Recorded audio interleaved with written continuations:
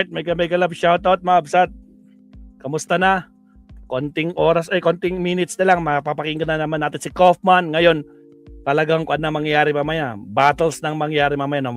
Shoutout po sa mga naiwan, ilan na naiwan, 573. Sa mga di pa nagla-like, gawin nyo ng 300 yung likes natin, 274 likers. Huwag kalimutan mag-like and subscribe. Eto, si Kaufman guys, may sinasabi. Vigilant killings nagpatuloy sa ilalim ni Marcos administration. Putra, Mr. Leonardo! Oh! Really? Kaufman? Vigilant killings nagpatuloy sa ilalim ni Marcos? Anong gusto mo sabihin dyan? EJK? Nagpatuloy kay Marcos? Ay, grabe. Iba din.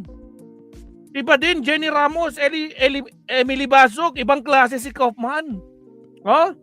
Vigilant killings daw nagpatuloy. Bakit? Ibig sabihin merong nangyayaring ganyan, vigilant killings noon nung past administration, tapos tinuloy kay Marcos. So meaning inaamin niya na may vigilant killings. Nagpatuloy ang vigilant killings ngayong administrasyon ni Marcos. Ay, iba din. Alak ng kamote. Oh, tuloy ang patayan. Tinanong ng abogado ni dating Pangulong Rodrigo Duterte na si Attorney Nicholas Kaufman kung may balak din bang imbestigahan ng International Criminal Court ang Marcos administration. Eh di magsampa kayo ng kaso kung meron kayong maisasampa. Anak kayo ng kamote. Diba? Tapos vigilant killings talaga kay Marcos. Ano to, joke? Emily Basog? Allen Valencia? Ay, grabe. Ha, Kaufman, baka wala kang alam. Alamin mo muna. Kaya nga, Olivia Castro, no? Ibang klase. Wala nang ICC kay Marcos, kaya sorry na lang. Ayun lang. Hindi tayo miyembro ng ICC. Pero kahit hindi tayo miyembro ng ICC, may vigilant killings ba? Meron ba? Tsaka di naman tayo miyembro ng yun na nga, Jenny Ramos, di ba? Utak DDS na rin yan si Kaufman. Ako po, wala tayo sa ICC ngayon. Ang kaso ni Digong nung kasali pa tayo noon. Exactly, sambong. Di ba? Pero si Kaufman, sabi niya, vigilant killings nagpatuloy sa ilalim ng Marcos administration. Aba! Saan mo nakuha yan, Kaufman? Sinong source mo dyan? Si political strategist? O yung nagpakalat ng peking fake news na may mga bugs yung mga biktima ng mga EJKs dyan? Kilala niyo kung sino yun? Na-take down yung kanyang post? Ha? Kilala niyo na kung sino yun? Diba? Nag-post siya 3 victims. Family of victims nandun sa Dahig. Nilagyan niya ng bag, mga luxury bags. O, kilala niyo kung sino nagpakalat nun?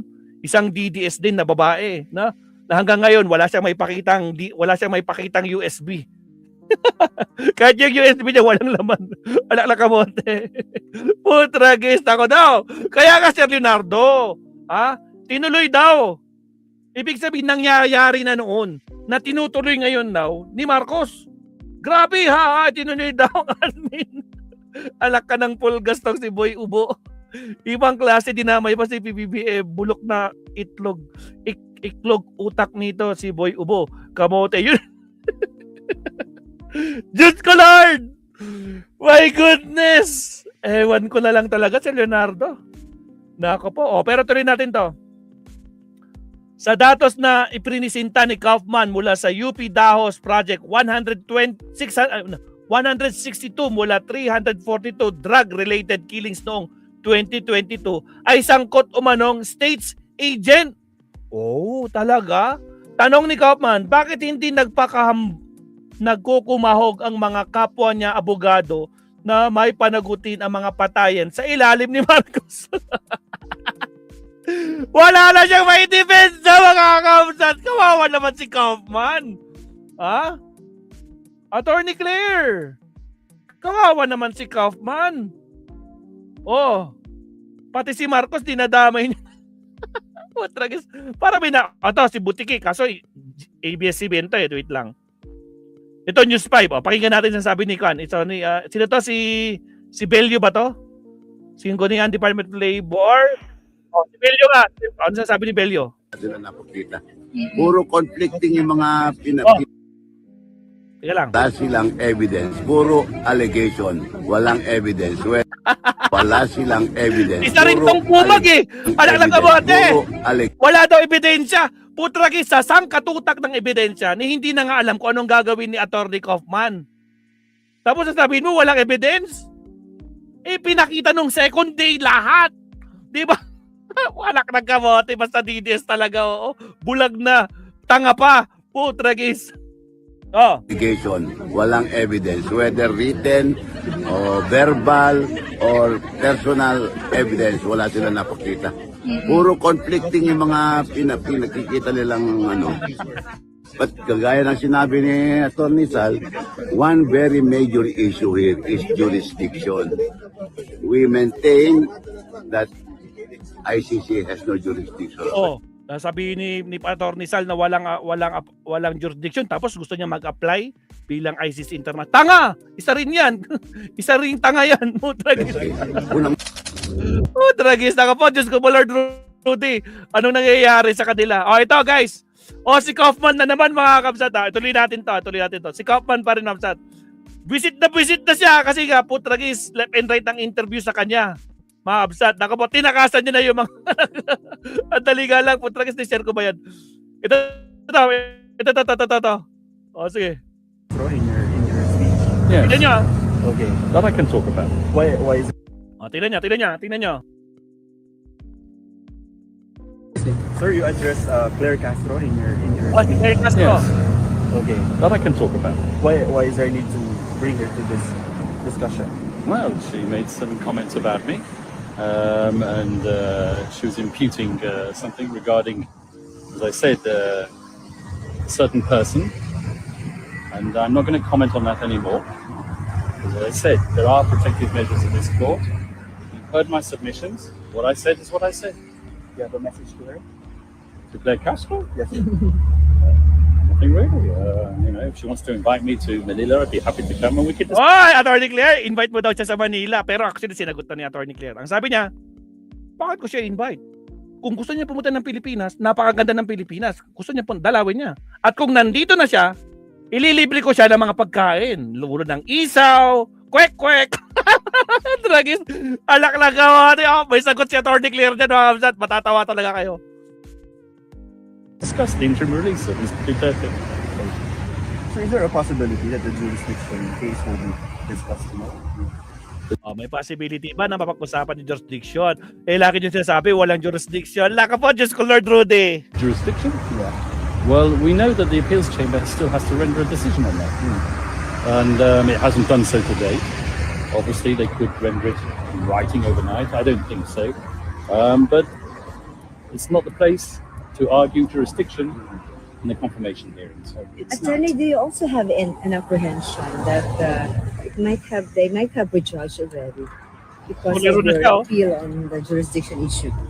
Ay, You have mamutakasan! an apprehension that you have been prejudged already because of the... I'm not going to comment on, as I said, prejudging or not, because it has nothing to do with the issue which is currently before the court. I'm not going to allocate marks and scores to the judges. All right. Thank you. Okay, can I actually go home now? Is that okay? Should I go home I now? have a closing speech to work on. Okay. Attorney Sapa never said it's important daw to have a Filipino Tingnan mo yan, ah. Tingnan niya yung reaction niya. Excitement dyan. for the President Duterte. Yes. And he's applying for ICC accreditation. His thoughts on that?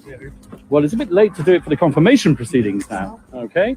As I said, look, this is As I said, bye-bye! Sir, you Wala, mga address kapatid. Claire Castro in your Tragis, tinakbo yung mga reporter. there need to bring her to this. Diyos ko, Lord. Meron pa dito isang kaso, guys. Kanto eh. ABS-CBN kasi. Ay, di, billionaire din pala. Hindi, ABS-CBN pala. Yung isang-isa. Oh, pero okay na tayo dito actually. Okay na tayo. Ito yung pinakauna bago sila nakatawid dun sa gitna ng kalsada. Pero grabe no. Na corner. Na kan, wala na. Pero abangan natin mamaya mabsat yung kanilang sagupaan, di ba? Prosecutor versus defense. Tingnan natin kung ano mangyayari, kung anong klaseng pagdepensa ni Kaufman. Maya-maya, ilang minutes pa. 10 minutes to go, mabsat. O, mag-isang topic pa tayo. So, ayan mabsat, nako po, sinasabi ni Kaufman, nagpatuloy daw ang vigilant killings sa panahon ni Marcos, bakit daw hindi daw siya iniimbestigahan ng ICC? Bakit? Meron bang reklamo kay Marcos? Ireklamo nyo kung tatanggapin. Putragis kayo. Naka po, Diyos ko Lord Rudy. Maraming salamat sa mga naiwang 541 live viewers. Again, huwag kalimutan mag-like and subscribe. As of now, 308 po yung likers natin. Marami pa po. 200 plus na po ang hindi nagla-like sa inyo or 300 plus. Like po tayo, Mabsat. Alright? Last topic tayo bago tayo pumunta sa ICC hearing. Live na live po tayo. Okay, here we go. Countdown in 30 seconds.